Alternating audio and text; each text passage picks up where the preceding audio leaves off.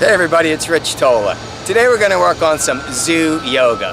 So I'm standing at the Los Angeles Zoo. The Los Angeles Zoo was founded in 1966 and is completely city owned and run, including all the animals. It's located in Griffith Park, if you remember the Griffith Park Observatory, or nearby, and it is home to 1,100 animals from around the world.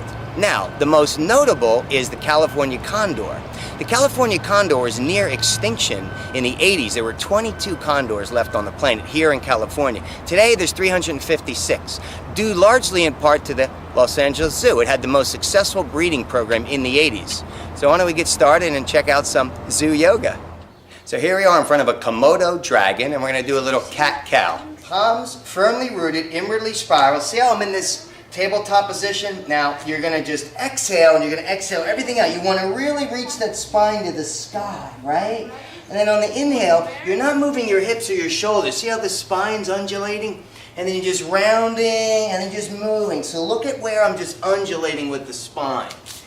Good, and I'm rounding. Let's go find another animal.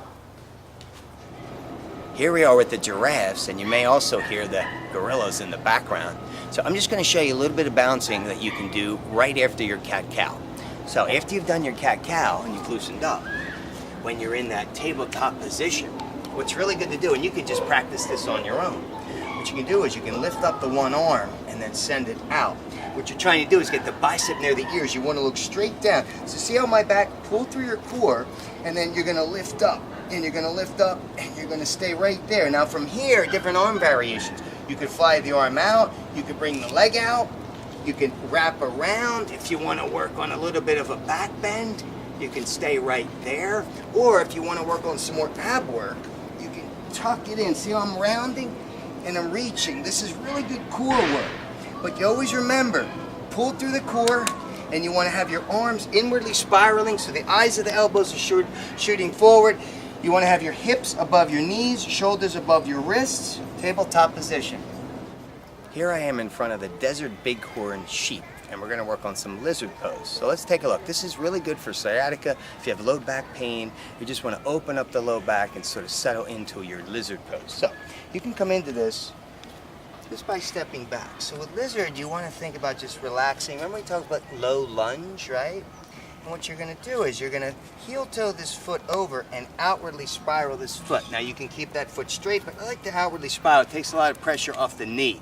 Try to keep this knee at a right angle as you just soften down. You can stay right here, or you can go down further to your elbows if that's available. Now what's going to happen is you're going to feel a deep stretch in your low back, your sacrum area. That's really good. If you have knee issues, try not to splay the knee out. See how I'm splaying out? Try to hug the knee in as you settle back down. And then what you can do is just relax into this pose. Very difficult pose to relax in, but try to soften, relax. It's going to be uncomfortable.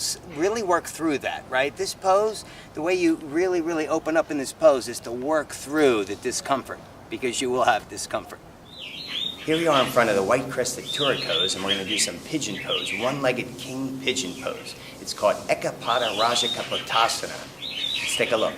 So for pigeon pose, what I'm going to do is I'm going to take this leg. Now, there's different variations. Do not get concerned with getting this leg. A lot of teachers will teach it that you want this leg, this shin, coming at a right angle. That's quite difficult. If you have knee issues, be careful with this pose. Right? We're going to show you something you can do on your back as a modified pigeon. But for this pose, be very careful. If you have knee issues, again, be really careful. So what you want to do is, see how I'm reaching back with this back. I like to you could use your toes. So you're creating as much extension as you can. So this is really good for your sciatica. It's going to open up that hip. And then what you want to do is get really tall in the pose and then elongate the spine as you fold over. I like to use my fingertips, taking your heart and then down, right? And then what you can do is you can just softly rest in this pose. If it feels good to come to the ground, and you can rest. Good, and then relax. The challenge in that pose is it gets really hard to kind of stay in that pose. Work through it, right? If it's uncomfortable, work through it.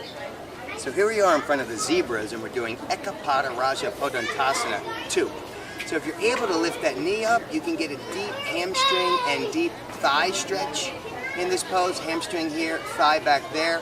But try to bring like there's a wall in front of you, and you want to look forward and then release over to the other side. But remember, with these poses, with all of these poses, remember to protect your knees, okay? If you have knee issues, be careful not to go far in this pose. So here we are in front of the crested screamers, and we're gonna do some arm balancing. It's called Ekapada Kundianyasana. Let's take a look. You can get to this from lizard pose. So, we're just coming down into the pose. This is an arm balancing pose, so it's an advanced pose. What you're gonna try to do is take this arm underneath. See how I'm planting my palm next to the right foot? And see how I'm really extending through that back leg. Now what you're gonna do is I like to come up onto my toes first, and then as you lift this foot up, and then you're gonna tip forward. See that back foot as I'm reaching forward? And then I'm just gonna lift up. And then you could shoot back for chaturanga. So that's an advanced arm balancing that you can get to from lizard pose. Let's keep going. So here we are in front of the gorillas, and we're gonna do a little happy baby pose, right? So all you're gonna do is you're gonna be on your backs for this pose. So coming down, you know how we like to just squat down? And now for happy baby pose, all you're gonna do is, it's called Ananda Balasana. You're gonna be on your backs, right? And you're gonna go for the outside edges of your feet. I like to bring my arms in between my legs. What you're trying to do is get your knees and your thighs to the ground. And you're gonna lay back and you're gonna fully extend. See how I'm completely extending through the spine? And I'm trying to bring these down to the ground. Really, really good. Excellent. That's called happy baby pose, and you can sort of bounce around like a baby would do it. Now let me give you an exercise that's an alternative to pigeon pose, okay? So for an alternative to pigeon, this is modified pigeon, you're gonna be on your back, you're gonna cross your leg, and you're gonna lift up, and you're gonna thread the needle here. You're just gonna reach through. See how I'm flexing? Right angles, and I'm leaning up, and then I'm gonna lay back down, right? This is a hip opener. It's good for your sciatica. And then you're just gonna lean back, okay? This is an alternative. If you have knee issues for pigeon, do this instead. And enjoy.